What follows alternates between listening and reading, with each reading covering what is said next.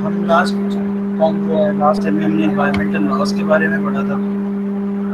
Environmental loss जो हैं उसके बाद हमने कहा था इन्वायरमेंटल लॉस को बनाया क्यों जाता है, उसका पर्पस क्या है, टू प्रोटेक्ट द इन्वायरमेंट और क्रिएट द रूल्स के how people can use the natural resources. हमने बात की कि इन्वायरमेंटल लॉज जो हैं वो कौन कौन से होते हैं, ठीक है। उसके बाद हमने पाकिस्तान के इन्वायरमेंट की बात की थी। सबसे पहले पाकिस्तान में 1983 में पाकिस्तान इन्वायरमेंटल प्रोटेक्शन ऑर्डिनेंस जारी हुआ। दैन उस ऑर्डिनेंस को जो है ना एक्ट का नाम दिया 1907 में। पीपल एंड हाउस के अंदर जो है वो national protection environmental protection act बना। उसके अंदर ईपीडी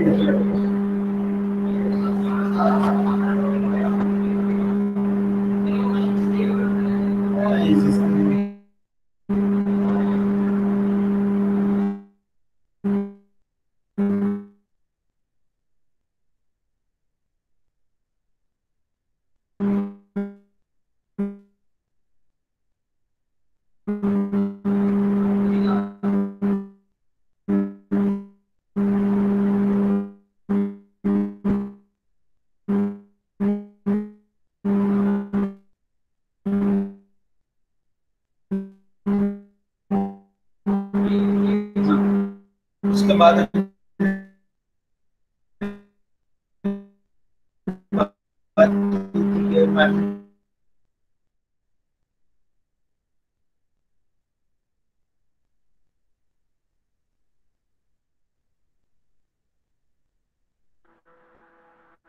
साउंड सर जी, सर वो आपकी हर आवाज आ चीज नहीं को रही। लेकर तकलीफ और शोर बहुत आ रूल्स, रहा है। उसकी रिस्पॉन्सिबिलिटीज क्या थी।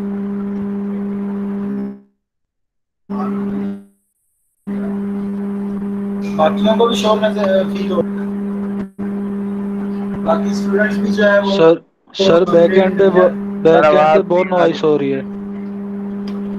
अच्छा, बच्चे सर भी आपका ज्यादा माइक का मतलब शोर है, माइक जा जा जा जा कर रहा है सर।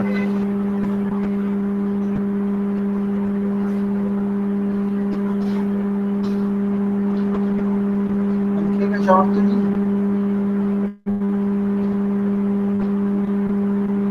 फैन का शोर तो नहीं है। नो सर, फैन का शोर नहीं है ये।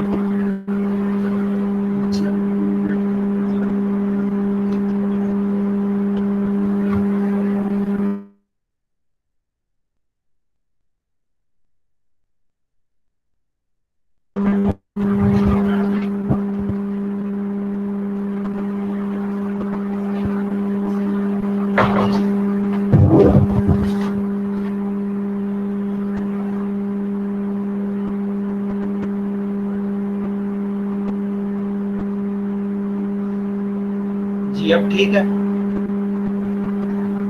नो सर, वैसे ही है।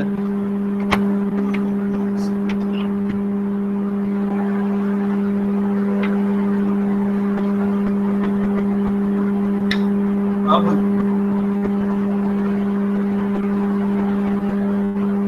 हाँ जी, सर वैसे ही है, नहीं ठीक हुआ। मोबाइल से शायद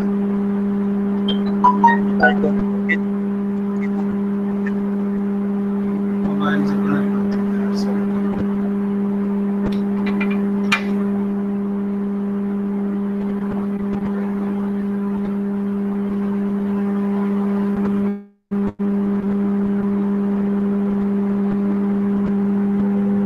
लोग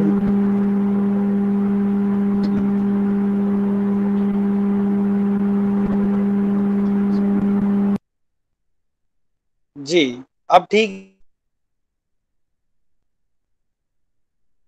जी सर, अब ठीक है। अच्छा जी, चलो जी, बात कर रहे थे हम ईपीए की रिस्पॉन्सिबिलिटीज की बात कर रहे थे कि ईपीए की क्या रिस्पॉन्सिबिलिटीज हैं, वो हमने स्टडी कर ली थी। ठीक है, उसके बाद इन्वायरमेंटल इम्पैक्ट असेसमेंट डेफिनेशन देखी थी ये वाली। उसके बाद हमने ईपीएम के हमारा इन्वायरमेंटल मैनेजमेंट प्लान जो है वो क्या है। उसके बाद हम इनिशियल एग्जामिनेशन के बारे में हमने स्टडी किया था और दोनों के डिफरेंस के बारे में स्टडी किया, ऑब्जेक्टिव्स और वाई ई EIA जो है इम्पैक्ट असेसमेंट इन्वायरमेंट की क्यों की जाती है कि ग्लोबल कमिटमेंट को पूरा करने के लिए, प्रोजेक्ट्स की अप्रूवल के लिए, ऑल डोनर्स के लिए कि वो उनको हम सेटिस्फाई करेंगे, जो प्रोजेक्ट लगाने लगे हैं उसकी हमें फ्यूचर में जो है वो फायदेमंद होगा तो वो पैसे लगाएंगे स्टेक होल्डर्स जो हैं, ठीक है। हम अपने इन्वायरमेंट की पोल्यूशन को किस तरह से रिड्यूस कर सकते हैं, इसके लिए भी हम जो है इम्पैक्ट असेसमेंट करते हैं, क्योंकि जब इम्पैक्ट असेसमेंट कैलकुलेट होगी, इम्पैक्ट जो है वो कैलकुलेट हो गया तो हम उसकी प्रिवेंशन और कंट्रोल की तरफ जाएंगे, माइटिगेटरी मेथड्स की तरफ जाएंगे, ठीक है। हम क्वालिटी स्टैंडर्ड्स को, नेशनल क्वालिटी स्टैंडर्ड्स को मीट करने के लिए ये ज़रूरी होती है, और गवर्नमेंट की पॉलिसीज़ को फुलफिल करने के लिए इन्वायरमेंटल इम्पैक्ट असेसमेंट की जाती है, या इंटरनेशनल ऑब्लिगेशंस को फॉलो करने के लिए, या उनकी जो ऑब्लिगेशंस होती हैं उनको पूरा करने के लिए हम किसी भी प्रोजेक्ट की इन्वायरमेंटल इम्पैक्ट असेसमेंट करते हैं। फिर ग्लोबल चैलेंज ये है कि जी अगर इम्पैक्ट असेसमेंट इसलिए भी की जाती है क्योंकि इंक्रीजिंग पॉपुलेशन जो है वो इंक्रीज करती जा रही है, इसलिए उसका इन्वायरमेंट के ऊपर हमारे पॉपुलेशन का इम्पैक्ट है। और इंडस्ट्रियलाइजेशन और अर्बनाइजेशन का भी इम्पैक्ट है हमारे एग्रीकल्चर सेक्टर में की डिमांड में, एग्रीकल्चर की सेक्टर में जो फूड की डिमांड्स हैं वो बहुत ज़्यादा हाई होगी, इंटेंसिव होगी, जिसकी वजह से कल्टीवेशन बहुत ज़्यादा करने लग गए हैं हम, आर्टिफिशियली तौर पे फर्टिलाइजर इस्तेमाल करके जो है ना फसलें ले रहे हैं, तो उसका भी एक इन्वायरमेंटल इम्पैक्ट है हमारे उस पे, सॉरी, उसका भी एक इम्पैक्ट है एनवायरनमेंट के ऊपर। इसी तरह हमारे पास दूसरे अल्टरनेटिव बायोजियो केमिकल साइकिल्स हैं, ये सोशल डिसइंटीग्रेशन जो हैं, इनके भी इन्वायरमेंटल इम्पैक्ट हैं। ये सारे जो हैं ये ग्लोबल चैलेंजेस हैं। अब बात आज जो करनी है बेसिकली वो ये है कि अच्छा इसके आगे आपने कुछ नहीं याद करना, ये ग्लोबल चैलेंज तक ये नोट्स यहाँ तक करने हैं, और फिर उसके बाद आपने यहाँ आ जाना पेज नंबर 6-8 पे। एनवायरमेंटल इम्पैक्ट असेसमेंट करने के लिए कुछ चीजें रिक्वायर्ड होती हैं। सबसे पहले उनको हम लिस्ट डाउन कर लेते हैं, वो क्या क्या चीजें होती हैं। आपने कोई भी प्रपोज्ड प्लान दिया है, यानी कि प्रपोज्ड प्रोजेक्ट दिया है, तो आपको पता होना चाहिए कि हम एनवायरमेंटल इम्पैक्ट असेसमेंट कर रहे हैं, तो हमने उन एनवायरमेंटल के कंपोनेंट्स जिनके उस ऊपर उस प्रोजेक्ट का इम्पैक्ट हो सकता है, जो उसको इफेक्ट कर सकते हैं, सॉरी, प्रोजेक्ट जिन कंपोनेंट्स को इफेक्ट कर सकता है उनको हमने स्टडी करना है कि वो हो कौन कौन से हो सकते हैं, ठीक है। उसके लिए पहले आपने इन्वायरमेंटल करेक्टरिस्टिक्स की एक इन्वेंटरी बनानी है, इन्वायरमेंटल कंपोनेंट्स की एक इन्वेंटरी बनानी है। जैसे हम स्टोर में जो है ना, एक स्टोर है, स्टोर में हम हायर आइटम की जो है ना इन्वेंटरी बनाते हैं कि फलां फलां इसमें स्टोर में जी मशीनरी पार्ट्स होंगे, इसमें पेपर होगा जो इंडस्ट्री में इस्तेमाल होगा, ठीक है, इसमें आपके पास स्टेशनरी होगी, ठीक हो गया। ये हमारी क्या है, ये कंपोनेंट्स है। अब वो इनकी इन्वेंटरी कितने हैं, कितना इस्तेमाल है, कितनी सप्लाई है, कितनी डिमांड है, ये इन्वेंटरी होती है। इसी तरह हमारे पास इन्वायरमेंटल इन्वेंटरी भी होती है, हमारे पास वो कौन कौन से कंपोनेंट हैं वो जो किसी प्रोजेक्ट की वजह से, लगने की वजह से होते हैं, या उन प्रोजेक्ट का उन कंपोनेंट्स के ऊपर कोई इम्पैक्ट हो सकता है, उसको आपको जो है ना लिस्ट डाउन करना है। तो हमारे पास कहता है कि first step in evaluating the environmental impact of a project जो है alternative is the inventory factors. सबसे पहले हमने उसकी इन्वेंटरी बनानी है, ठीक हो गया। इन्वेंटरी में वो कहता है कि आपने कुछ वेरिएबल्स जो हैं उनको कंसीडर करते हैं। सबसे पहला वेरिएबल जो है वो कहता है ओलॉजीज, मतलब आपकी लैंड की स्टडी, आपके वाटर रिसोर्सेज की स्टडी, आपके क्लाइमेट्स की स्टडी, आपके एंथ्रोपोलॉजी ह्यूमन एक्टिविटीज की जो स्टडी है, या आर्कियोलॉजी, पुराने जो है ना खंडरात को ढूंढना और उन रिसोर्सेज के ऊपर प्रोजेक्ट का क्या इम्पैक्ट हो सकता है, इन सारों के लिए सबसे पहले हम कहते हैं ओलॉजीज को स्टडी करना, हाइड्रोलॉजी को स्टडी करना, जियो जमीन की साख्त को स्टडी करना, उसके स्ट्रक्चर को बारे में जानना, क्लाइमेट के बारे में जानना। पहली पॉइंट तो हो गया आपके एनवायरमेंटल इन्वेंटरीज का ये। सेकंड कहता है कि आपके ये रिसोर्सेज हैं, ठीक है, तो हाइड्रोलॉजी का मतलब है वाटर रिसोर्सेज की बात कर रहे हैं। अब उसकी क्वालिटी की बात करते हैं। दूसरी इन्वेंटरी का पॉइंट क्या है, हमने किस चीज को देखना है कि हमारा प्रोजेक्ट जो लग रहा है वो हमारे फला इन्वायरमेंट को, वाटर इन्वायरमेंट की क्वालिटी को रिड्यूस कर रहा है या नहीं कर रहा, उसके ऊपर क्या, उसकी क्वालिटी पे क्या इम्पैक्ट कर रहा है। ठीक है, सेकंड पॉइंट आपका क्वालिटी को मेजर करना है, उसके ऊपर इम्पैक्ट को चेक असेस करना है। एक सेकंड यार।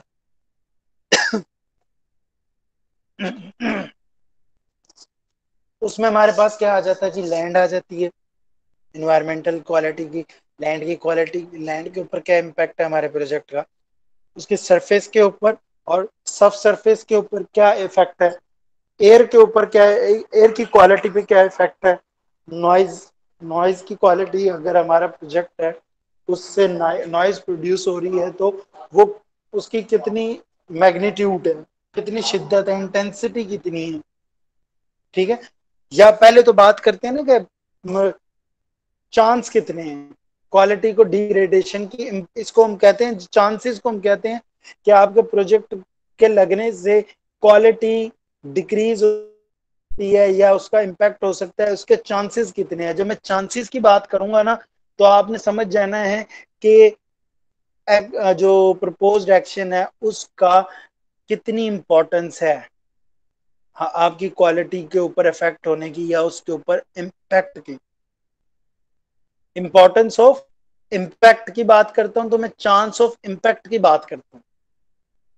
मैं मैग्नीट्यूड की बात करूंगा तो मैं इंटेंसिटी ऑफ इम्पैक्ट की बात करूंगा कि कितना शिद्दत का इम्पैक्ट है, कितना चांसेस है, इंपॉर्टेंस कितनी शिद्दत के हैं, कितनी क्वांटिटी है। तो ये दो चीजें हैं, क्वालिटेटिव इन्वायरमेंटल क्वालिटी को मैं ये इन्वेंटरी क्या होगी, और इन्वायरमेंटल के इम्पैक्ट, सॉरी इम्पैक्ट की इन्वायरमेंट पे क्या क्वालिटी होगी और क्या क्वांटिटी, इंपॉर्टेंस क्या होगी और मैग्नीट्यूड क्या होगा, वो हम आगे पढ़ेंगे। इसी चीज से लेके हमने इम्पैक्ट असेसमेंट करनी है इंपॉर्टेंस पे, ठीक है, चांसेस पे और उसकी इंटेंसिटी पे, कितनी शिद्दत का इम्पैक्ट है। जी, तीसरी इन्वेंटरी जो है एनवायरनमेंट में और क्या चीज डैमेज हो सकती है, डिस्टर्ब हो सकती है, जिसपे इफेक्ट आ सकता है, इम्पैक्ट आ सकता है, वो एनिमल लाइफ है या प्लांट्स की लाइफ। हाईवे बन रहा है तो हो सकता है वहां पे प्लांट्स आपको खत्म करने पड़े। ठीक है, जब रोड्स बनते हैं, अगर आपके पास ग्रीन बेल्ट है, दरख्त लगे हुए हैं, काट है, यहाँ पे जो है ना रोड बनेगी प्रॉपरली, रोड को की एक्सटेंशन करनी है, पहले आपने उनके साइडों पे दरख्त लगाए थे, जब उसको एक्सटेंड करना है, लाइंस बढ़ानी, तो हम उनकी प्लांट्स को वहां से ट्रीज को काट देते हैं। ठीक है, तो इफेक्ट तो हुआ ना, इम्पैक्ट तो हुआ ना एनिमल लाइफ पे और प्लांट लाइफ पे। नेक्स्ट वो कहता है economy impact on the surrounding community, कि हमारे प्रोजेक्ट का इकोनॉमी इम्पैक्ट क्या है ऑन सराउंडिंग, हमारे सराउंडिंग की जो एनवायरनमेंट है, लाइक लोग जहाँ रहते हैं, लोगों के ऊपर क्या इकोनॉमी इम्पैक्ट है उस प्रोजेक्ट का, क्या जॉब क्रिएशन होंगी, क्या लोगों का जो है वो इनकम बढ़ेगी। फिर पांचवी बात करते हैं इन्वेंटरी, कि हमें रिस्क एनालिसिस करना है कि लोगों के ऊपर इस प्रोजेक्ट के एक्सीडेंटल रिस्क कितने हैं और वाइल्ड लाइफ के ऊपर कितने हैं।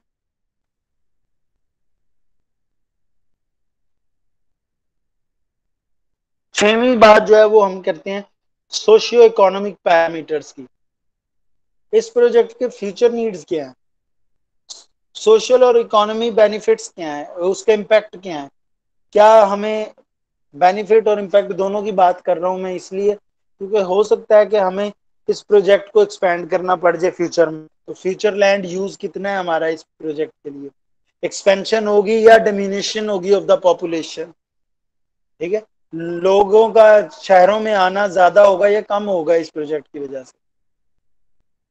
ठीक है, तो ये हमारे पास जो है 6 नंबर की इन्वेंट्री है। इन इन्वेंट्रीज की बेस पे आपने एक चीज कंसीडर करनी है, उसको हम कहते हैं इन्वायरमेंटल। ये बेसिकली इन्वेंटरीज क्या है, ये कंपोनेंट्स हैं इन्वायरमेंट के। या मैं दूसरा नाम लूं, ये इन्वायरमेंट की कंडीशंस के बारे में बताता है। अगर मैं तीसरी बात करूं, ये इन्वायरमेंटल की करेक्टरिस्टिक्स के बारे में डिस्कशन, लिस्ट डाउन करना है हमने। इन्वेंटरीज का मतलब है, ठीक है।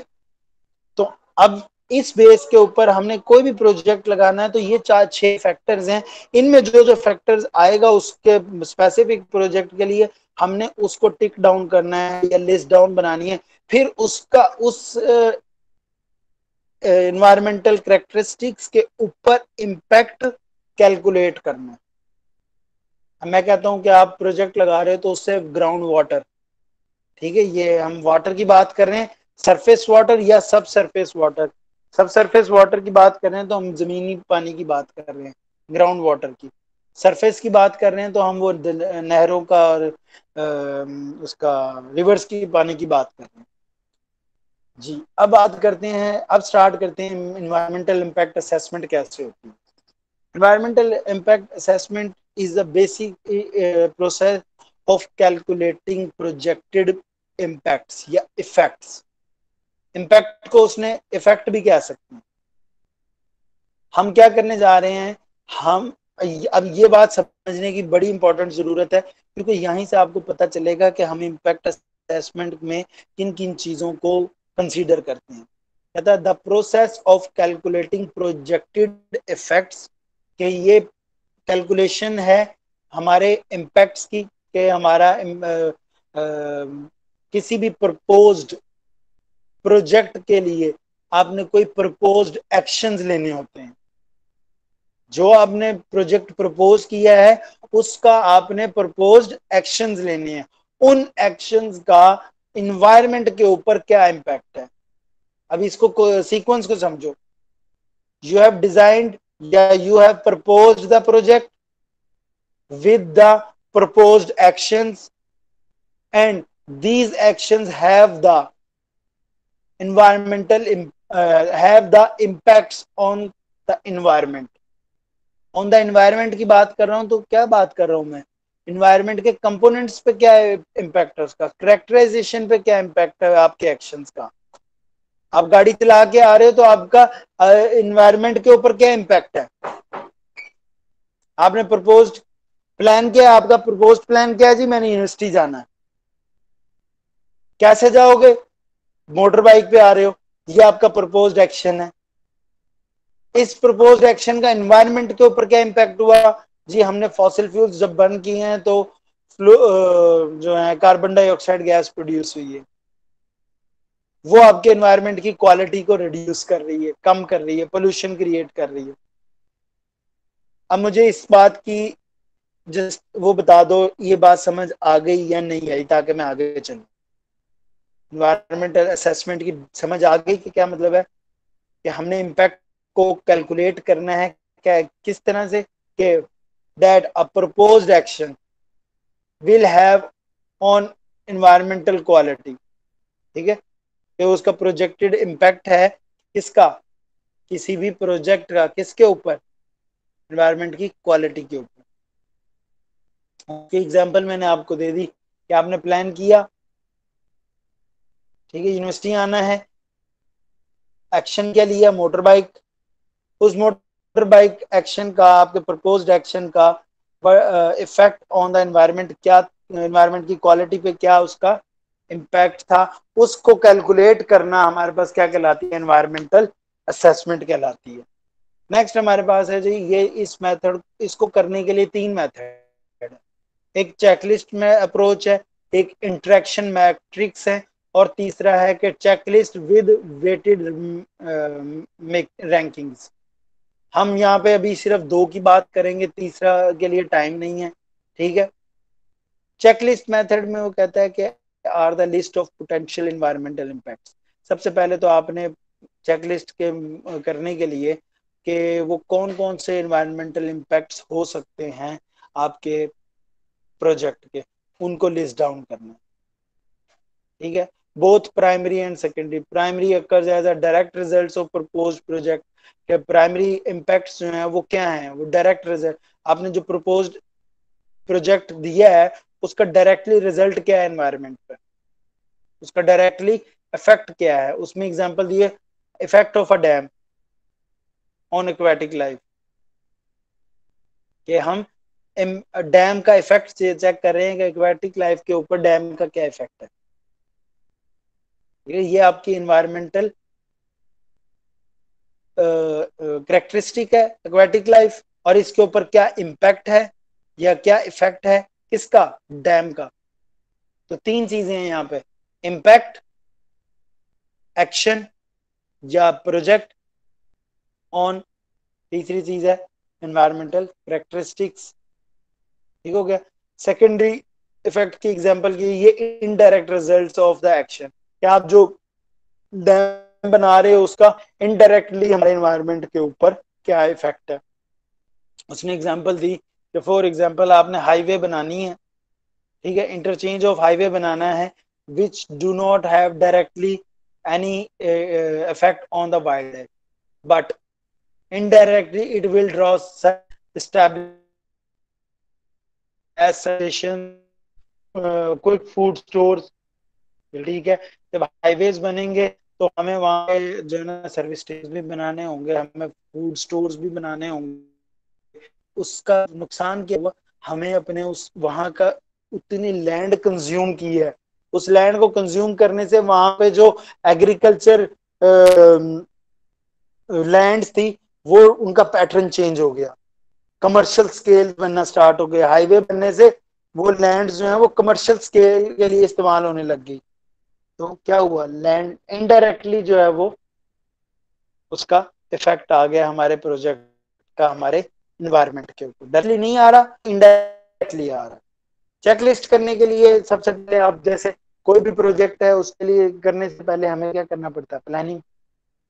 तो इसमें भी हमें पहले प्लानिंग करनी होगी कि environmental effects of highway routes को हमें मेजर करना होगा। During the planning consideration is given to the, अपनी तवज्जो कहाँ दी जाती है जी, environmental effects of the highway routes को मेजर करने के लिए, या एक्विजिशंस के लिए, या कंडेमनेशन ऑफ प्रॉपर्टी के लिए, कब्जा करने के लिए, या उसको खरीदने के लिए। जाहिर है जो आपने प्रोजेक्ट लगाना उसके लिए जमीन तो खरीदनी है ना, ये प्लानिंग है, प्लान का हिस्सा है कि भाई इतनी जमीन चाहिए, ये रिसोर्सेज चाहिए और इसका ये इफेक्ट्स हो सकते हैं, वो भी प्लानिंग का हिस्सा है। आती है कंस्ट्रक्शन की बात, अब आपने ये प्लानिंग कर ली, अब आप उसको इम्प्लीमेंट करने लगे हो। इम्प्लीमेंट करने के लिए हम प्रपोज एक्शन लेंगे, ठीक है, प्रपोज्ड एक्शन जब लेंगे हम, उसका क्या होगा, प्रपोज्ड एक्शन में कह रहे हैं जी हाईवे बनानी है या सड़क बनानी है, तो यहाँ पे जो इस जगह इस जो रूट है हमारा सड़क का, इस पे जितनी बिल्डिंग्स हैं उन लोगों को कहो के खाली करें, यहाँ से सड़क जो है ना बननी है, तो यहाँ से डिस्प्लेसमेंट ऑफ पीपल हो गई। ओके, जब मशीनरी आई तो नॉइज भी प्रोड्यूस हुई। ये उस प्रोजेक्ट को लगाने के लिए एक्शंस ले रहे हैं हम, कंस्ट्रक्शन के लिए प्रपोज्ड एक्शंस ले रहे हैं। तो दूसरी चीज हमारे पर पहली प्लान, दूसरी हमारे पास कंस्ट्रक्शन प्लान और कंस्ट्रक्शन या प्रपोज्ड एक्शन की लिस्ट हो कि हम क्या क्या करेंगे, डिस्प्लेसमेंट ऑफ पीपल करेंगे, नॉइज प्रोड्यूस हो सकती है कंस्ट्रक्शन के दौरान, सॉइल एरोजन हो सकती है, ठीक है, कंस्ट्रक्शन फेज जो है वो सॉरी उसको सॉइल में एयर और वाटर की क्वालिटी जो है या वाटर पोल्यूशन के चांसेस हो सकते हैं ड्यू टू द कंस्ट्रक्शन और एनर्जी यूज। अब ऑपरेशंस की बात करते हैं। तीसरी चीज, तीसरा फेज जो है वो डायरेक्ट इम्पैक्ट को कैलकुलेट करना। जो आपका ऑपरेशन का ये मतलब है कि जो आपने एक्शन लिया है उसका इन्वायरमेंट के करेक्टरिस्टिक्स पे या इन्वायरमेंट की इन्वेंटरी पे या इन्वायरमेंट की कंपोनेंट्स के ऊपर क्या इफेक्ट आया है, क्या इम्पैक्ट आया है। ओइंग टू द नॉइज की वजह से क्या इम्पैक्ट आ रहा है, जो कंस्ट्रक्शन फेज के पॉइंट है, वाटर पोल्यूशन की वजह से क्या डायरेक्ट इम्पैक्ट है इन्वायरमेंट पे, ठीक है, और उसके अलावा एनर्जी इस्तेमाल हो रही है, तो उसका क्या है, हीट ऐड हो रही है एटमॉस्फेयर में, जिसकी वजह से ग्लोबल वार्मिंग बढ़ रही है। ये 3 उसके फैक्टर्स थे। अब इसको करने के लिए, अब एनवायरमेंट को इम्पैक्ट को कैलकुलेट करने के लिए, एक तो ये डायरेक्ट मेथड भी थे और इनडायरेक्ट इम्पैक्ट भी कैलकुलेट होता है, जो regional development, housing, life cycles और इकोनॉमी डेवलपमेंट को मेजर करने के बाद होता है। अच्छा, अब हम बात करते हैं कि जो है जब भी कभी हमने इम्पैक्ट असेसमेंट करते हैं, उसके 2 कंपोनेंट्स हैं, बेसिकली मैं कहूंगा 4 कंपोनेंट है। ठीक है, सर पहले है environment inventory, environmental characteristics, environmental conditions, चारों का नाम एक ही है, एनवायरमेंटल करेक्टरिस्टिक्स, कंडीशंस और कंपोनेंट्स या इन्वेंटरी। दूसरा एनवायरमेंटल, ये एनवायरमेंटल करेक्टरिस्टिक्स के ऊपर प्रपोज्ड एक्शन, दूसरी क्या चीज है, उस प्रोजेक्ट को करने के लिए आप क्या एक्शन लोगे। एक, अब उन एक्शंस का पहले वाले पॉइंट के ऊपर क्या इम्पैक्ट है, ये हमने कैलकुलेट करना होता है। और ये कैलकुलेट करने के लिए आगे 2 फैक्टर मजीद हैं। हम प्रपोज्ड एक्शन का एनवायरमेंट की करेक्टरिस्टिक के ऊपर जो इम्पैक्ट है, उसके कितने चांसेस हैं, तीसरी चीज, यानी कि इंपॉर्टेंस क्या है। चौथी चीज कितनी है, चांसेस कितने हैं और किस इंटेंसिटी के चांसेस हैं, या सॉरी किस इंटेंसिटी का इम्पैक्ट है, उन चांसेस का या उस एक्शन का चांसेस हैं जी 100% है, 10% है, 40% है।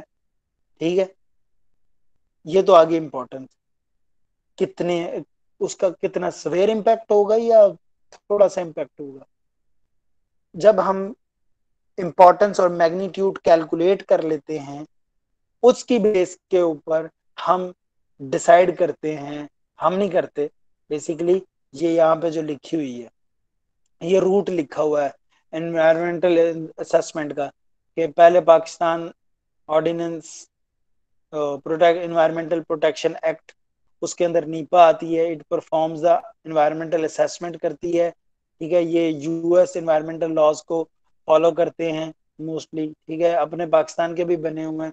ये they determine the environmental impact assessment, यानी कि स्टेटमेंट देते हैं असेस करके, उसके बाद ये एक ड्राफ्ट बनाते हैं जो कि इम्पैक्ट असेस एनवायरमेंटल असेसमेंट का होता है, वो रिवाइज होता है, वो फाइनल इम्पैक्ट असेसमेंट होती है, उसकी बेस पे एक स्टेटमेंट दी जाती है। स्टेटमेंट में कहा जाता है कि there is a they found the committee या the team members of the environmental protection agency finding the no significant impact of the proposed action, कि इस proposed action का कोई environment में कोई फैक्टर नहीं है, तो इसीलिए जो है ये वाला पॉइंट जो है या ये वाला प्रोजेक्ट जो है वो इसको आप इम्प्लीमेंट कर सकते हो।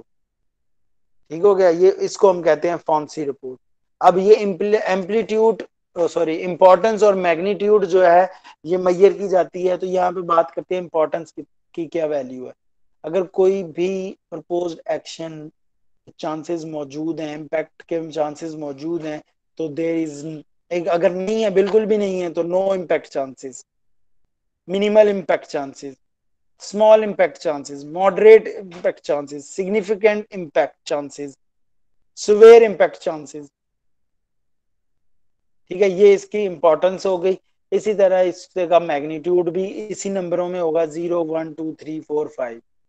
कि नो मैग्नीट्यूड नहीं यार, ये इंपॉर्टेंस, चलो मान लिया इंपॉर्टेंस है, इम्पैक्ट हो सकता है, लेकिन कितना है, बहुत थोड़ा सा चांसेस है।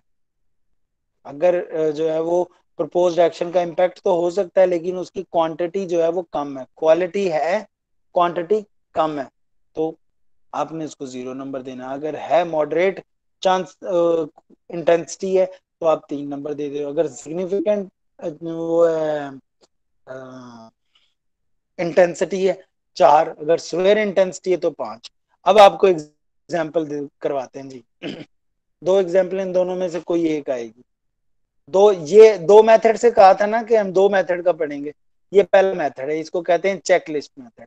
चेकलिस्ट में वो कहता है कि ये एग्जांपल है कि लैंडफिल आपने करनी है, आपने सॉलिड वेस्ट को लैंडफिल में प्लेस करना है, वहां पर डंप करना है। कहाँ पे? In flood plain of a river. River के साइड पे जो खाली जगह होती है जिसको हम फ्लड प्लेन कहते हैं, क्यों? ताकि बारिश का पानी या सैलाब का पानी जो है वो वहां पे आके स्टोर उसमें जो है अकोमोडेट कर सके, ताकि लोगों की फसलें, लोगों का जो है ना घर तबाह ना हो जाए। अब साल में कितनी दफा फ्लड आता है, या 2 साल में कितनी दफा आता है? इतने दिन तक ये जमीन खाली पड़ी रहती है। वो कहते हैं कि चलो जी, मान लो इस जमीन के अंदर हमने लैंड फिलिंग करनी है, उस सॉलिड डंप वेस्ट को डंप करना है, तो इस प्रोजेक्ट का इन्वायरमेंटल इम्पैक्ट असेसमेंट निकालो, एस्टिमेट द इम्पैक्ट। इम्पैक्ट का मतलब है इन्वायरमेंटल इम्पैक्ट असेसमेंट कैलकुलेट करो जी। किस मेथड से? Using checklist method. कहता है सबसे पहले the items to be impacted are listed. जो हमने इन्वेंट्री वाली बात पढ़ी थी, सबसे पहले हम अपना इन्वायरमेंट के ऊपर कौन कौन से इम्पैक्ट हो सकते हैं, अपने हमारे इन्वायरमेंट के कौन कौन से कंपोनेंट्स के ऊपर उस प्रपोज्ड प्रोजेक्ट का या प्रपोज्ड एक्शंस का इम्पैक्ट हो सकता है। तो जी, लैंडफिल करने से हमारे ग्राउंड वाटर की कंटेमिनेशन के चांसेस हैं। हमारी सरफेस मिट्टी जो है वो उसमें भी केमिकल्स मिक्स हो सकते हैं। हमारे उस लैंडफिल को करने से जब उसकी डीकम्पोजिशन होती है, जब आप लैंडफिल कर रहे हो तो वहां पर नॉइस प्रोड्यूस हो सकती है। प्रोड्यूस जाहिर है वहां पर मशीनरी लगेगी, क्रेन्स लगेंगी उसको डंप करने के लिए, ठीक है। तो हो सकता है वहां पे जब मैन पावर भी चाहिए, फिर जॉब प्रोवाइडेड भी हो सकती हैं। ये तो बन गई हमारी इन्वायरमेंट के ऊपर उसकी इम्पैक्ट की पोटेंशियल के, ये फला फला इम्पैक्ट के चांसेस हैं। कितने चांसेस हैं, इंपॉर्टेंस कितनी है, अगली इस एग्जांपल में हमने टेबल बना के ये कैलकुलेट करना है, ठीक है। अब इसको किस तरह कर सकते हैं? Then a quantitative judgment concerning both importance और मैग्नीट्यूड ऑफ द इम्पैक्ट को हमने जो है वो क्वांटिटेटिव उसको वैल्यूज देनी है, क्वांटिटी देनी है उसको। ओके, इसके लिए जो है हम क्या करेंगे? इंपॉर्टेंस और मैग्नीट्यूड की बात करते हैं। इंपॉर्टेंस और मैग्नीट्यूड की डेफिनेशन ना मैंने यहाँ पे लिखी हुई है। What is mean by importance and what is mean by magnitude? A judgment call on the part of engineer. Importance कौन डिसाइड करता है कि हाँ जी इसके कितने परसेंट चांसेस हैं ग्राउंड वाटर कंटेमिनेशन के? ये आपका एक्सपर्ट बंदा जो होता है वो करता है। Is a part of judgmental call on the part of engineer. Engineer ने आप जजमेंटल कॉल देनी है, और वो जजमेंटल कॉल तभी दे सकता है जब उसको इम्पैक्ट असेसमेंट के ट्रेन किया हो, ठीक है। इम्पैक्ट असेसमेंट की डेफिनेशन में है ट्रेनिंग प्लान्स। पहले लोगों को ट्रेन किया जाता है, देन वो जजमेंटल कॉल्स कर सकते हैं एक्सपीरियंस की बेस पे। दूसरा, एक्सटेंड, कितना है हिस्सा? extent of interaction between the characteristics and proposed action। ये proposed action का environment के ऊपर, characteristics के ऊपर कितनी शिद्दत का इंटरेक्शन है, ठीक हो गया। ये हमारे पास जो ये पीछे थी, इधर आ जाते हैं जी। ग्राउंड वाटर के कितने चांसेस हैं, ठीक है, कितने चांसेस हैं, कितना इम्पैक्ट हो सकता है? स्वेयर इम्पैक्ट हो सकता है। इंपॉर्टेंस, सरफेस कंटेमिनेशन को उसने 4 नंबर दिया हुआ है। क्यों? क्योंकि जब लैंडफिल होती है तो लिक्विड लिक्विड जो आपका डिकम्पोज होकर लिक्विड बनता है, जैसे फॉसिल फ्यूल बर्न बरीड हुए अंडर द अर्थ क्रस्ट, वो डिकम्पोज हुए इनटू सॉलिड गैसेस और लिक्विड। वो लिक्विड कहाँ जा रहा है? वो आपकी ग्राउंड में से ले सरफेस में से पेनिट्रेट करके नीचे ग्राउंड वाटर के अंदर ऐड हो रहा है। बहुत ज्यादा चांसेस हैं ग्राउंड वाटर के अंदर उनकी एडिशन के, इसलिए इसको नंबर क्या दिया गया? सवेयर इम्पैक्ट, ओ सॉरी सवेयर चांसेस। और उसका कितना इम्पैक्ट है? अगर ये चले गए तो ये हमारे जब हम पानी पियेंगे तो उसका बड़ा सवेयर किस्म का इम्पैक्ट होगा हमारे ऊपर। इसलिए इसका नाम नंबर मैग्नीट्यूड भी कितना दिया गया? 5। Next, surface contamination. ये थोड़ी कम होगी, क्यों? क्योंकि लिक्विड निकल के पेनिट्रेट करके नीचे की तरफ जा रहा है। इसलिए इसकी जो है वो चांसेस हैं, सिग्निफिकेंट चांसेस हैं, डेफिनेटली होंगे, लेकिन ग्राउंड वाटर की निस्बत थोड़े कम है चांसेस। ठीक हो गया। अब इसके असर, इसका मैग्नीट्यूड, इसका इम्पैक्ट की शिद्दत कितनी है एनवायरनमेंट में। यार ये पानी, ये जमीन जो है वो वाली जमीन, फ्लड प्लेन की जमीन हम डायरेक्टली इस्तेमाल करेंगे? नहीं करेंगे, तो सवेर तो ना हुआ ना, सिग्निफिकेंट भी ना हुआ। हाँ, हो सकता है कि कोई लोग जो है ना वहां से मिट्टी निकाल के जब लाते हैं दरियाओं के किनारों से या उसके इर्द गिर्द के एरिया से, वो हम इस्तेमाल हो जाती है, लेकिन वो इतनी ज्यादा डायरेक्टली नहीं है, बहुत ज्यादा शिद्दत नहीं है शिद्दत। तो कौन सी शिद्दत है जी, कितना उसका इम्पैक्ट हो सकता है? मॉडरेट इम्पैक्ट हो सकता है। ठीक है, उसे मैग्नीट्यूड का उसकी कितनी शिद्दत हो सकती है? मॉडरेट। इसलिए उसको 3 से। ऑर्डर, ऑर्डर के कितने चांसेस होंगे? बहुत कम चांसेस होंगे। ठीक है, इसलिए उसको 1 दिया हुआ है। उस ऑर्डर का स्मेल या ऑर्डर का इन्वायरमेंट पर क्या इफेक्ट है? बहुत कम, मिनिमम इफेक्ट इम्पैक्ट होगा उसका, इसलिए उसको 1 ही इंपॉर्टेंस दी गई है, 1 ही। अब नॉइज की बात कर लेते हैं। नॉइज के कितने चांसेस हो सकते हैं? मिनिमम चांसेस होंगे कि भाई 2 क्रेने हैं, 3 क्रेने हैं। ठीक है, 2-3 क्रेन्स कितनी के जो है वो एट अ टाइम भी चलें तो इतनी नॉइज प्रोड्यूस नहीं करेंगे, इतनी ज्यादा उसकी चांसेस नहीं है। इंटेंसिटी कितनी है? अगर हो रही है, मान लिया 1% चांसेस हैं, या एक को कहूं मैं 20% चांसेस हैं। ठीक है, 2 का मतलब है 40%, 3 का मतलब है 60%, और 4 का मतलब है 80%, और 5 का मतलब है 100% चांसेस है। तो मैं कहता हूँ यहाँ पे वो 20% चांसेस है। उस 20% का हमारे एनवायरमेंट पे क्या इम्पैक्ट है? वो डबल है। मास कम है लेकिन उसका इम्पैक्ट ज्यादा है। अब जॉब क्रिएट हो सकती है, मैवर चाहिए वहां पे। अब माइनस में क्यों आ रही है जॉब पॉइंट? क्योंकि इम्पैक्ट जो निकालते हैं ना, वो कहते हैं जो है वो एक नेगेटिव वैल्यू है। हमें पता है कि हमने इम्पैक्ट कह दिया तो इसका मतलब है नेगेटिव इफेक्ट की बात कर रहे हैं।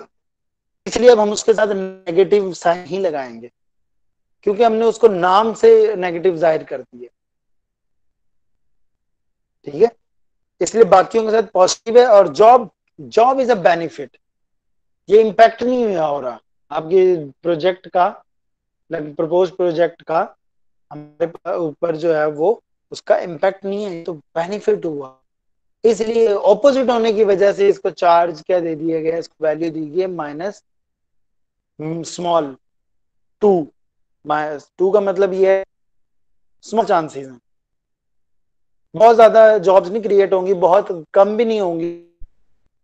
ठीक है, मिनिमम भी नहीं होंगी, स्मॉल होंगी, थोड़े 2-4 लोग रख लेंगे।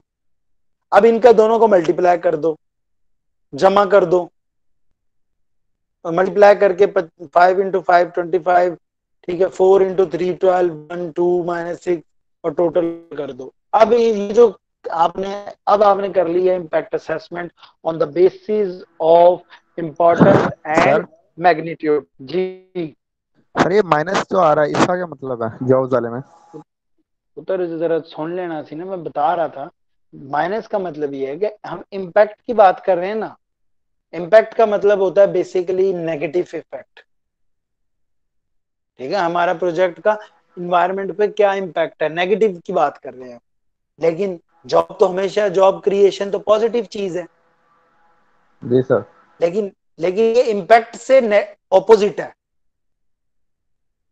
ठीक इम्पैक्ट सर। में, इम्पैक्ट हमेशा क्या होगा, नेगेटिव में, और जॉब हमेशा क्या होती है, पॉजिटिव में। लेकिन यहाँ पे हम इम्पैक्ट निकाल रहे हैं, इम्पैक्ट का मतलब है उसका नेगेटिव इफेक्ट क्या है आपके प्रोजेक्ट के। इसलिए मैंने वहां पे उसको इम्पैक्ट के साथ नाम इम्पैक्ट दे दिया, लेकिन उसको साइन नेगेटिव नहीं किया। वो उसको मैंने पॉजिटिव रहने दिया कि हम जो है ना टोटल इम्पैक्ट निकालने जा रहे हैं, भाई इसका 34%, 100 में से 34% जो है इम्पैक्ट है इसका। ठीक है, लेकिन जो कुछ चीजें फायदे भी हुई हैं।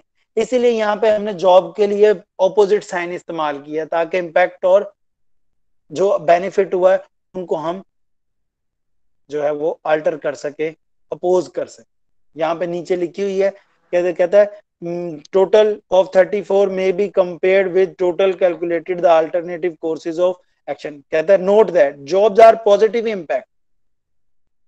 जॉब्स क्या होती हैं? वैसे तो पॉजिटिव इम्पैक्ट होता है, लेकिन as distinct from the negative environmental impact. Next, ठीक है, ऑफ द अदर वेरिएबल्स। इसीलिए इसको हम, वैसे पॉजिटिव होती हैं लेकिन इन्वायरमेंट के हिसाब से अगर हम उसको देखें, इन्वायरमेंटल इम्पैक्ट के हिसाब से देखें तो ये उसका ऑपोजिट है। इसीलिए यहाँ पे साइन क्या लिया गया है? इसका नेगेटिव लिया हुआ। ठीक है, अगर आपको आए तो ये आपने यहाँ पे माइनस करना है। कितने चांसेस हैं? कितने जॉब क्रिएट हो सकती हैं? दो चार, बहुत कम भी नहीं है, 0 जॉब भी नहीं है, ठीक है, 1 जॉब भी नहीं है, 2 भी नहीं है। मैं कहता हूँ 3 बंदे चाहिए, 4 नहीं चाहिए, 5 नहीं चाहिए। 5 तो है कि बहुत ही जॉब्स है ना, बहुत बंदा चाहिए हमें वहां पे। मॉडरेट मैन पावर चाहिए, बहुत ज्यादा मैन पावर नहीं चाहिए, ना बहुत कम ना बहुत ज्यादा, मॉडरेट चाहिए। इसलिए उसको 3 की मैग्नीट्यूड दे दिया, इंटेंसिटी दे दी। कितने चांसेस हैं? कितने चांस? स्मॉल चांसेस हैं,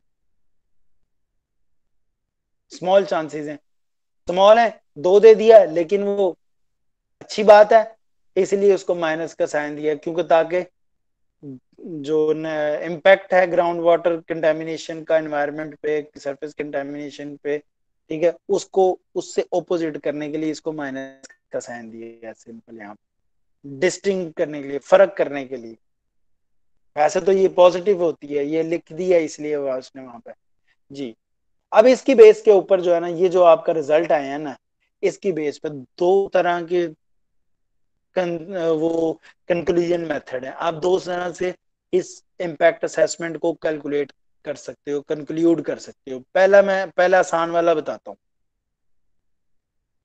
अगर आपकी इंपॉर्टेंस का और मैग्नीट्यूड का मल्टीप्लाई का जो प्रोडक्ट है, यानी कि 5 into 5 का जो प्रोडक्ट क्या है 25, अगर आपके ये प्रोडक्ट्स की वैल्यूज जो हैं वो लेस देन 5 होती है, वो फैक्टर जिनकी इंपॉर्टेंस और मैग्नीट्यूड की प्रोडक्ट की वैल्यू लेस देन 5 है, वो और जो पोटेंशियल फैक्टर्स हैं, इन्वेंटरीज हैं एनवायरनमेंट की, उनका इन्वायरमेंट के ऊपर कोई इफेक्ट नहीं होता। They do not have significant effect. या मैं कहता हूं हमने ये कर लिया फाइंड, तो हमने क्या किया? Finding of no significant impact, FONSI, FONSI हमने कैलकुलेट कर ली, फाइंड कर लिया फॉन्सी को। इसमें कौन कौन से वो फैक्टर्स हैं जिनकी वैल्यू लेस देन 5 है?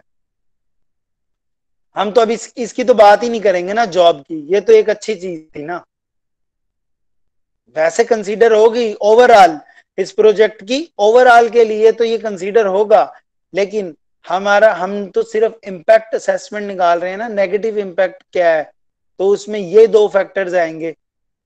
ये तो चीजें है, ये तो है ही बेनिफिट, इसको हम कंसीडर ही नहीं करें। तो इन 5 फैक्टर से कौन से वो फैक्टर्स हैं जिनका कोई सिग्निफिकेंट इम्पैक्ट हमारे एनवायरनमेंट में नहीं है, और वो किस बेस पे होगा? If the product of amplitude and magnify is less than 5। तो यहाँ पे जी बताओ मुझे जल्दी से कौन कौन से हैं, कोई भी बता दे।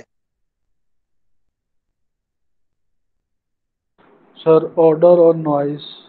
ऑर्डर और नॉइस का वैल्यू जो है वो लेस देन 5 है, इसलिए जब ये रिपोर्ट आप असेसमेंट की, आपने ये असेसमेंट करके आपने ईपीडी ईपीए को जमा करवा दी, ईपीए ने उसको, वहां पे जो उनके एक्सपर्ट होंगे वो उसको असेस करेंगे, वो देख रहे हैं अच्छा ये हमारी रिक्वायरमेंट ये थी कि लेस देन 5 होना चाहिए, ठीक है जी, ये 4 फैक्टर में से फलां फलां फैक्टर का लेस देन 5 है, इसका मतलब है इन फैक्टर्स के ऊपर हमारे एनवायरमेंटल प्रोटेक्शन एजेंसी को कोई कंसर्न नहीं है, इन पॉइंट्स के ऊपर वो फॉन्सी रिपोर्ट दे देगी। और किन पॉइंट्स के ऊपर फॉन्सी रिपोर्ट नहीं मिलेगी? जिनका 5 से ज्यादा है। अब 12 और 25 जो है वो प्रोडक्ट ज्यादा है, इन दो को फॉन्सी रिपोर्ट नहीं, इनके ऊपर वो रिपोर्ट, वो स्टेटमेंट जारी करेगी कंपनी को, भाई आपने जो इम्पैक्ट असेसमेंट की थी हमने चेक किया उसको, इन पॉइंट्स के ऊपर हम सेटिस्फाई हैं, इनके ऊपर आप जो है हम आपको जो है अप्रूवल देते हैं।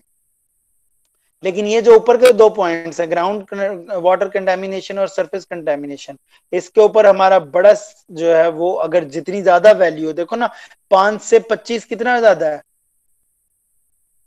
5 टाइम्स उसका, 500 टाइम्स कह लो, सॉरी 5 टाइम्स ही कह लो चलो, तो इस पे हमारा बहुत ज्यादा कंसर्न है जी, ये बहुत सिवियर कंसर्न है हमारा।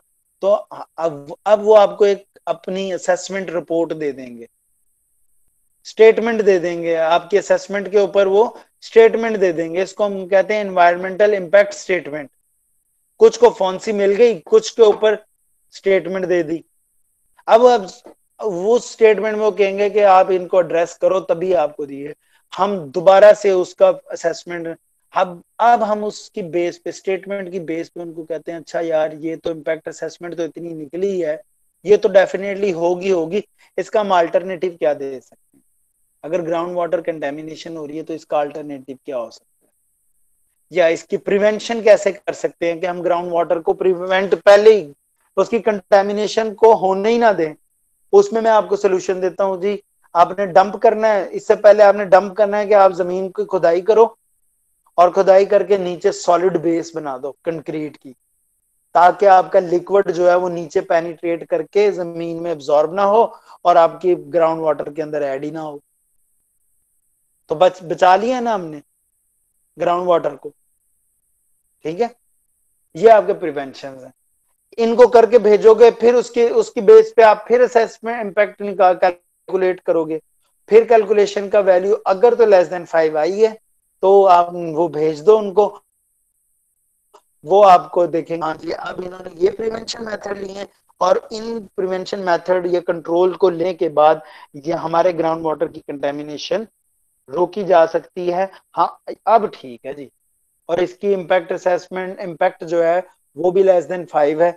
ओके, अब हम इस पॉइंट के ऊपर भी आपको कि इस पॉइंट के ऊपर भी हमें कोई सिग्निफिकेंट इम्पैक्ट नजर नहीं आ रहा, इस पे भी आपको अप्रूवल है।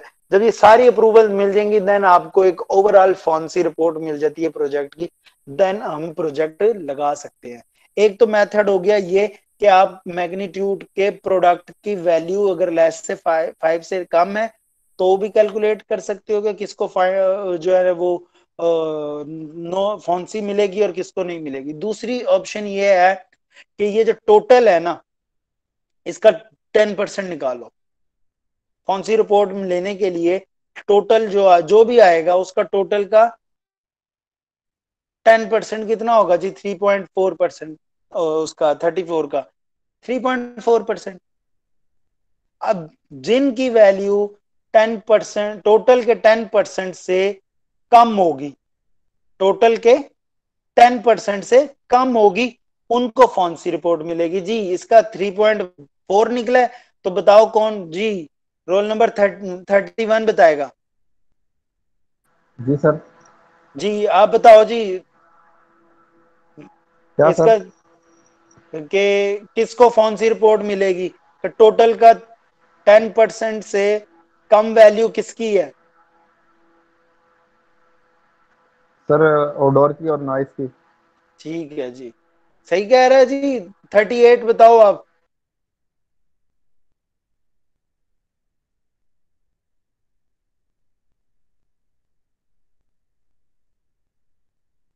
38 आप बताओ। 20 रोल नंबर आप बताओ। सही कह रहा है सर जी। सही कह रहा है, तो जी सर। ठीक है, अच्छा चलो मान लिया। 46, ये 38 की तो मैं लगाता हूँ एब्सेंट,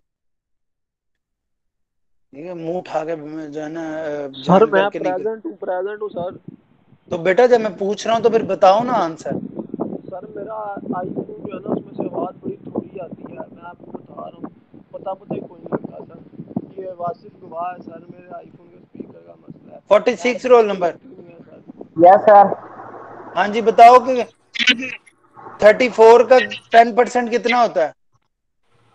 इसका सर 34 का 46। 10% सर। हाँ 10%। 3.4 कैसे लगता है? हाँ तो 3.4 की बेस पे किस किस को कौन सी रिपोर्ट नहीं मिलेगी? 38 अपने बंद कर लो।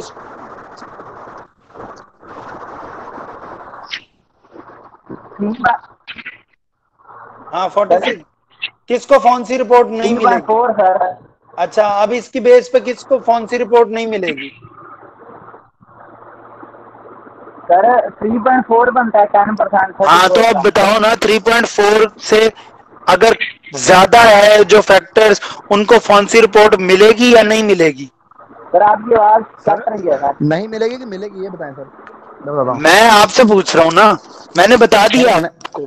जिनको नहीं मिलेगी वो सर वो है ग्राउंड वाटर और वो सरफेस, और जिनको मिलेगी वो ऑर्डर और नॉइस है।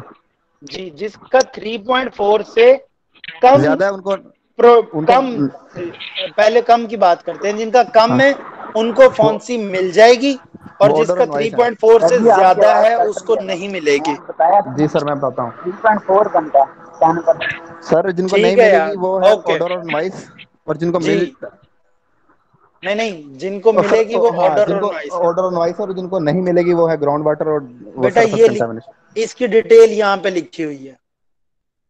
देखो कह रहा है कि product of important and magnitude of any variable is consider significant only if the product is 10% of the total.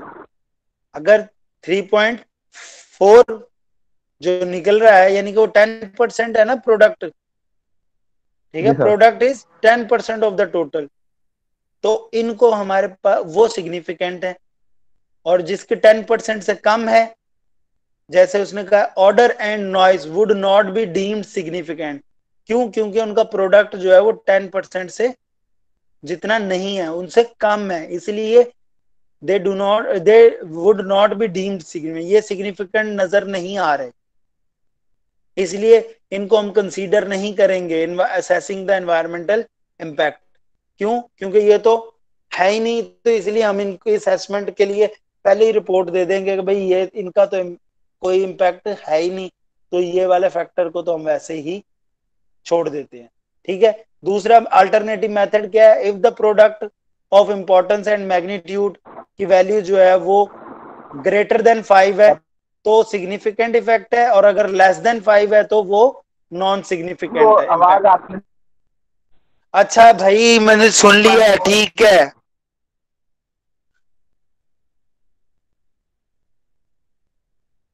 सुन लिया मैंने। अब नेक्स्ट हमारे पास जो है दूसरा मेथड है इंटरेक्शन मैट्रिक्स टेक्निक्स। इसमें आपने दो चीजें कंसीडर करनी होती हैं। पहली वाली वही बात जो हमने पहले अभी करके आए हैं पीछे, करेक्टराइजेशन या कंडीशन ऑफ एनवायरनमेंट, और दूसरा प्रपोज्ड एक्शन। अब यहाँ पे इन दोनों का आपस में रिलेशन हमने देखना है। क्या आपने प्रपोज्ड एक्शन लिया और कौन सी प्रॉपर्टी के ऊपर उस एक्शन का असर हुआ, इंपैक्ट हुआ। ठीक है। ये उसने जो है ना एग्जांपल दी हुई है कि जी वाटर की करेक्टरिस्टिक्स के बारे में बताओ कि आप जो है ना एग्जांपल दी हुई है कि आपने कोल की वो करनी है, कोल माइनिंग।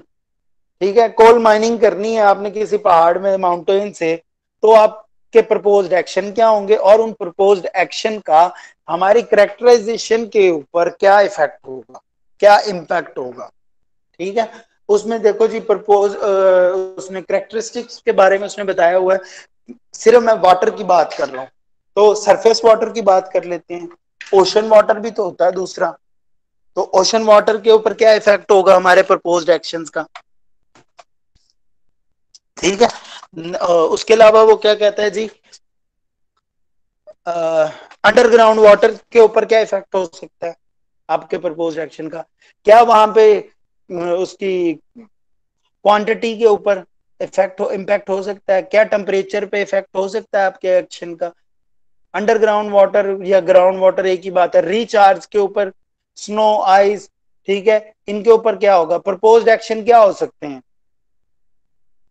उसके लिए कोल की माइनिंग के लिए आप ब्लास्टिंग कर सकते हो, या ड्रिलिंग करके आप कोल को जो है ना एक्सट्रैक्ट कर सकते हो, या हम सरफेस एक्सट्रैक्शन, सरफेस की खुदाई करके, ठीक है, सब सरफेस मजीद डीप सरफेसेस को जो है वो खोद के निकाल सकते हैं, या आप वेल ड्रिलिंग करके कुएं खोद लो और फिर जो है उसमें से कोल की स्टार्ट करो, ड्रेजिंग करके, टिम्बरिंग करके, कमर्शियल फिशिंग एंड हंटिंग।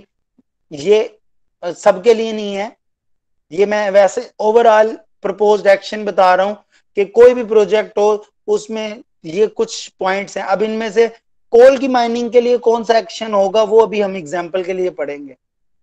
ये आपने प्रपोज्ड कैरेक्टरिस्टिक्स, कंडीशंस और प्रपोज्ड एक्शन याद करने हैं, कौन कौन से हैं इनके नाम याद करने हैं, और ऊपर जो कैरेक्टरिस्टिक्स ऑफ एनवायरनमेंट है उनके नाम याद करने हैं। अब मैं आपको एग्जांपल देने लगा हूं जी। ये फॉर एग्जांपल हमने lignite coal is to be surface mined, हमने कोल की माइनिंग करनी है, सरफेस माइनिंग करनी है अपैलेचिन माउंटेन से। तो कंस्ट्रक्ट एन इंटरेक्शन मैट्रिक्स, ये मैट्रिक्स है। हम वो जैसे वो मैट्रिक्स नहीं बनाते थे, ये समझो कि ये हमारा मैट्रिक्स बनाया किसके लिए, फॉर द वाटर रिसोर्सेज। हम कोल माइनिंग प्रोजेक्ट का इन्वायरमेंटल कैरेक्टरिस्टिक्स, कौन सी कैरेक्टरिस्टिक्स, सिर्फ वाटर रिसोर्सेज की बात कर रहा हूं मैं, ठीक है। वाटर रिसोर्सेज पे कोल माइनिंग का क्या इंपैक्ट है इसको कैलकुलेट करो, ठीक है। कोल माइनिंग में आपने जो प्रपोज्ड एक्शन लिए हैं, ठीक है, प्रपोज्ड एक्शन का हमारे वाटर रिसोर्सेज पे क्या इंपैक्ट है इसको आपने कैलकुलेट करना है यूजिंग इंटरेक्शन मेथड। क्वेश्चन समझ आ गया, क्वेश्चन समझ आ गया।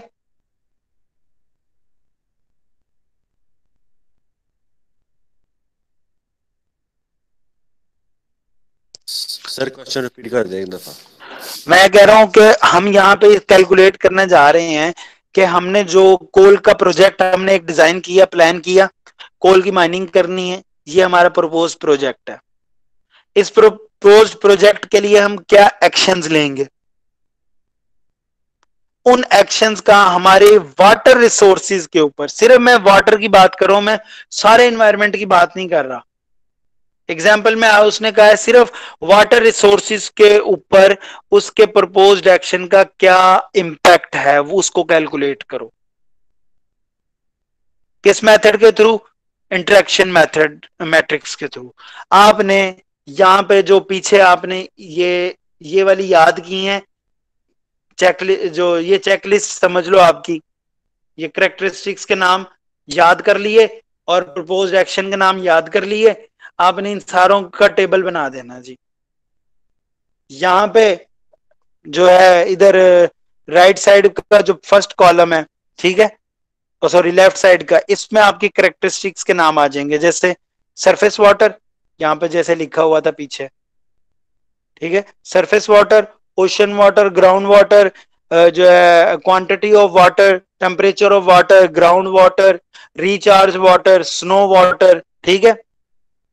ओके, ये यहाँ पे ये वही पॉइंट्स जो हैं जो आपने याद करनी है, आपने खुद याद करने हैं। कौन सी इन्वायरमेंटल कैरेक्टरिस्टिक्स हमने इन्वेंटरी बनाई हुई है, surface water, ocean water, underground water, quantity, temperature, recharge, snow ice. और वो प्रपोज्ड एक्शन के हैं, ब्लास्टिंग करके या ड्रिलिंग करके या सरफेस एक्सट्रैक्शन करके या सब सरफेस एक्सट्रैक्शन करके, वेल ड्रिलिंग करके हम कोल की माइनिंग कर सकते हैं, ड्रेजिंग करके कर सकते हैं, टेम्बरिंग करके कर सकते हैं, या फिशिंग करके कर सकते हैं। क्या ये वाले फैक्टर्स कोल की माइनिंग में प्रपोज्ड एक्शन होंगे? नहीं होंगे। क्या फिशिंग करके हम कोल की माइनिंग कर सकते हैं? नहीं कर सकते भाई। क्या हम दरख्तों को काट के माइनिंग कर सकते हैं कोल की? नहीं कर सकते। क्या हम ड्रेजिंग करके कर सकते हैं? नहीं कर। क्या हम वेल ड्रिलिंग करके कर सकते हैं? नहीं। हम डीप डीप वो डीप सरफेस को एक्सट्रैक्ट करके, खुदाई करके कर सकते हैं? नहीं कर सकते।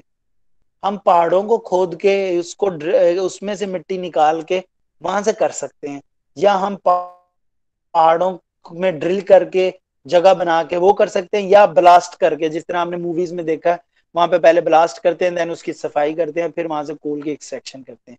सिर्फ इसमें आपके पास पहले दो प्रपोज्ड एक्शन कंसीडर हो सकते हैं, होते हैं। ब्लास्टिंग से कोल माइनिंग हो सकती है या सरफेस एक्सट्रैक्शन से।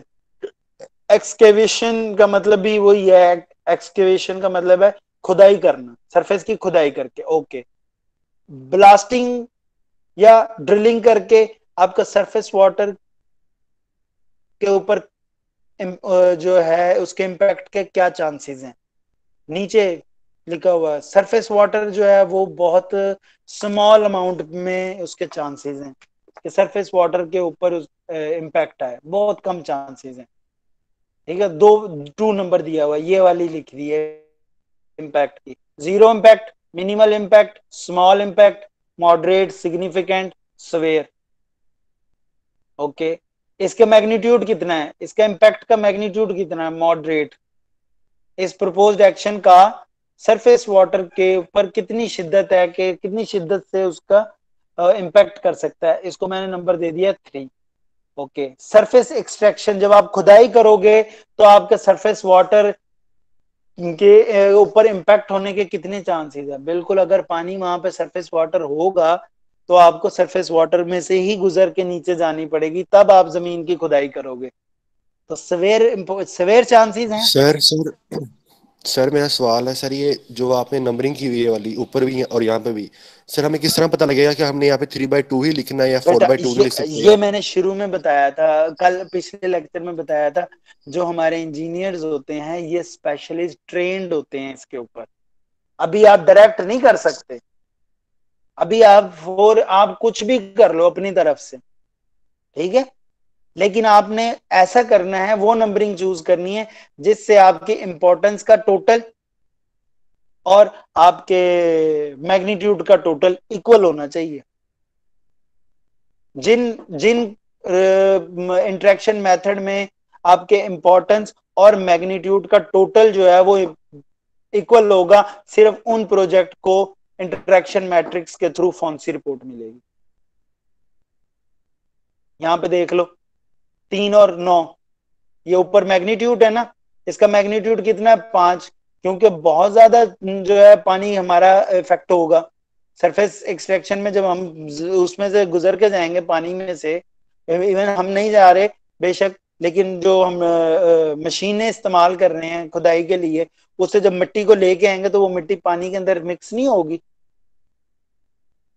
इसलिए उसका मैग्नीट्यूड भी 5, उसकी इंपॉर्टेंस भी 5। ओशंस, क्या ओशंस में से वो कोल की माइनिंग होगी, माउंटेन्स में ओशन है, वहां पे उसने जगह का नाम दिया हुआ है, लोकेशन दी हुई है, इस लोकेशन के हिसाब से बताओ जी, वहां पे ओशन, माउंटेन पे क्या ओशन होगा?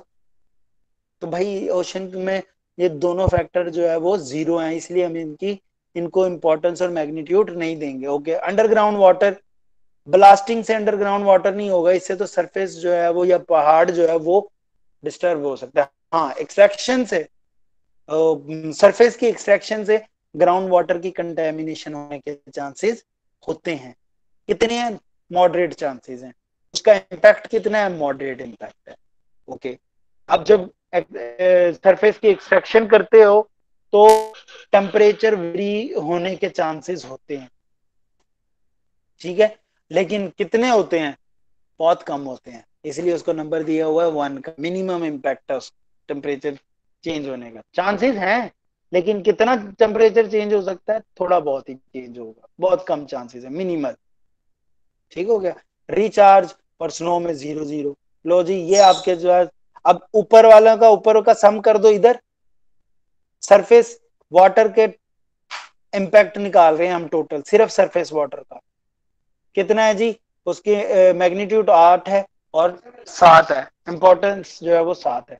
अंडरग्राउंड वाटर का अकेले का निकाला 3/3 निकला, ठीक है, टेम्परेचर 1, मैग्नीट्यूड 2, इंपॉर्टेंस, इसका टोटल इंडिविजुअल का इधर आ गया। अब इन सारों का सरफेस एक्सट्रैक्शन की वजह से कौन कौन सी इन्वायरमेंटल कैरेक्टरिस्टिक के ऊपर इम्पैक्ट होता है और कितना कितना होता है उसकी इंपॉर्टेंस, इन सबको सम किया इसके नीचे, इसका सम किया, ये एक ही है, इसलिए ड्रिलिंग की वजह से सिर्फ सरफेस वाटर जो है ना इफेक्ट होता है, इसलिए इसको सिर्फ एक के ही जो पॉइंट है वो आ गए। ऊपर वालों को ऊपर से ऐड कर देना, नीचे वालों को नीचे ऐड कर देना। अब इन इधर टोटल निकालने लगे हम। टोटल कितना है 3 और 9 12, 2 और 10 12। इधर से भी देख लो 12 और 8 3 11 और 1 12, ये 12 आ गया। 7 3 10 और 2 12, तो 12 आ गया। अगर आपके पास ये टोटल आखिरी ये वाला 12/12 यानी कि टोटल 12/12 की वैल्यू आ रही है, या आप कुछ भी कर सकते हो, आप यहाँ पे 4/4 कर दो यार, यहाँ आप 2/2 कर दो, ये आपकी अंडरस्टैंडिंग है। ये इसलिए मैंने वहां पे कहा था कि जब इंपॉर्टेंस की डेफिनेशन मैंने बताई थी ना इधर, ये देखो ये जजमेंटल कॉल है, किसकी बेस पे, on the part of engineer. ये एक्सपर्ट ने देनी है, एक्सपर्ट ने कल खुद से देखना है कि उसका कितना है, और वो एक्सपर्ट ऐसे एक्सपर्ट नहीं बन जाता, पहले उसको ट्रेनिंग दी जाती है। ठीक है, आप लोग इतना हिस्सा तो समझो ना, बाद में आप हो सकता है कि जो एक्सपर्ट बन जो ट्रेनिंग्स लेके आप इतने प्रोजेक्ट्स कर लो कि आपको खुद पता होने लग जाएगा कि भाई हमने कितने नंबर्स देने हैं, इसको कितनी इंपॉर्टेंस है, इसकी कितना मैग्नीट्यूड है। देन आप प्रॉपरली स्टेक होल्डर्स बन सकते हो इसकी इम्पैक्ट असेसमेंट के।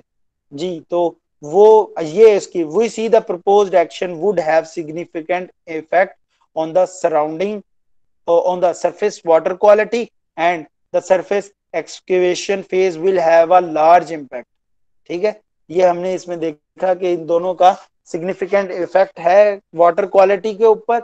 और दूसरा प्रपोज्ड एक्शन क्या था, सरफेस एक्सकेवेशन फेज, इसका भी हमारे पास जो है वो 5 से वैल्यू बढ़ी है ना दोनों की।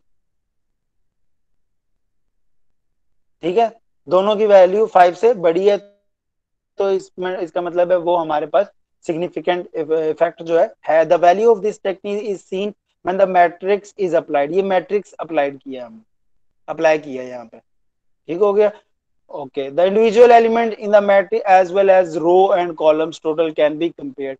ये हमने इंडिविजुअल भी देखा कि सरफेस वाटर पे इन दोनों एक्शंस का सरफेस वाटर पे टोटल क्या है। ठीक है, और एक एक्शन का सब सारी करेक्टरिस्टिक के ऊपर टोटल क्या इंपॉर्टेंस है और उसकी क्या मैग्नीट्यूड है। ठीक हो गया, और वो बता दिया फॉन्सी किसको मिलनी है, जिसमें हमारे पास जो है वो 0 सॉरी इक्वल होगा, मतलब जितनी हमारे पास या यूं समझ लो वही वाली बात पुरानी वाली कि अगर लेस देन 5 होगी वैल्यूज तो हमारे पास फॉन्सी रिपोर्ट मिल जाएगी, अदरवाइज नहीं मिलेगी। सिर्फ ये 2 एग्जाम्पल हैं आपके लिए आज के टॉपिक की। ठीक है जी, अब किसी को कोई क्वेश्चन है तो पूछ ले। सर ये लेक्चर अपलोड कर दीजिएगा काइंडली, व्हाट्सएप ग्रुप में भेज दीजिएगा। ठीक है, वो मैं अपलोड करके भेज दूंगा। ओके सर जी। सर ये कंबाइन किया ना पिछले लेक्चर के साथ 3 और 4 पिछले वाली स्लाइड के साथ? नहीं, वो उसका मैं ऑलरेडी अलग से अपलोड कर चुका हूँ, आप लोगों के साथ शेयर नहीं किया शायद, वो मैं लिंक शेयर कर दूंगा। वो अलग से किया है, वो उसमें से सिर्फ डेफिनेशंस हैं। ठीक है सर, उसमें वो था ठीक कि है, एनवायरमेंटल अलाज वगैरह की डेफिनेशन थी। हाँ वही है। Okay sir. Sir excuse me sir, wait करो, पहले मैं रिकॉर्डिंग स्टॉप कर दूं।